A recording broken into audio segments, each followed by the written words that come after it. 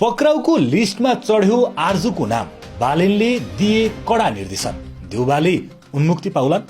बालेन सरकारले अब नेपाली कांग्रेसका पूर्व सभापति शेरबहादुर देउबा र उनकी पत्नी आर्जु राणा देउबालाई पनि नियन्त्रणमा लिने तयारी गरिरहेको छ। आर्जुको नाम पक्राउ लिस्टमा चढिसकेको छ भने देउबाको बारेमा छलफल भइरहेको छ। आर्जुले अकुत सम्पत्ति लुकाएको भन्दै पटक पटक उनीमाथि भ्रष्टाचारको आरोप लाग्दै आएको छ।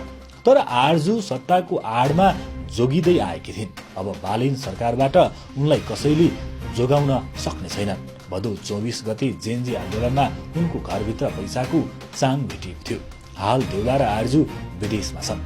घर मर्मतका लागि भत्काउने काम भइरहेको छ। तर प्रमाण नष्ट हुन सक्ने भन्दै बालेन सरकारले देउबाको घर भत्काउन रोक लगाएको छ। अब आर्जुलाई विदेशबाट झिकाउने जनाइएको छ। नक्कली शरणार्थी प्रकरणमा पनि आर्जु मुछिएकी छन्। रवि गृहमन्त्री हुँदा अनुसन्धानको सुई आर्जुतर्फ मोडिएपछि सरकार नै ढलेको थियो। तर अब आर्जुलाई पक्राउ गर्ने रविको सपना गृहमन्त्री सुदनले पूरा गर्ने भएका छन्। यसैबीच एक पक्षले आर्जुलाई मात्रै पक्राउ गर्नुपर्ने र देउबाको कुनै दोष नभएकोले देउबालाई पक्राउ गर्नु नहुने बताइरहेका छन्। देउबाले आफ्नो निवासमा भेटिएको रकम एआई जेनेरेटेड हुन सक्ने बयान दिएका छन्।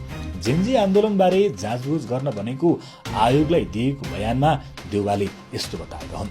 देउबा पनि 5 पटक प्रधानमन्त्री भइसकेका व्यक्ति भएकाले देउबा माथि पनि छानबिन गर्ने तयारीमा बालेन सरकार छ। आर्जु र देउबालाई केही दिनभित्रै नेपाल ल्याउने तयारी छ। बालेन सरकारको यो कदम तपाईहरूलाई कस्तो लाग्यो? आफ्नो प्रतिक्रिया कमेन्ट गर्नुहोला।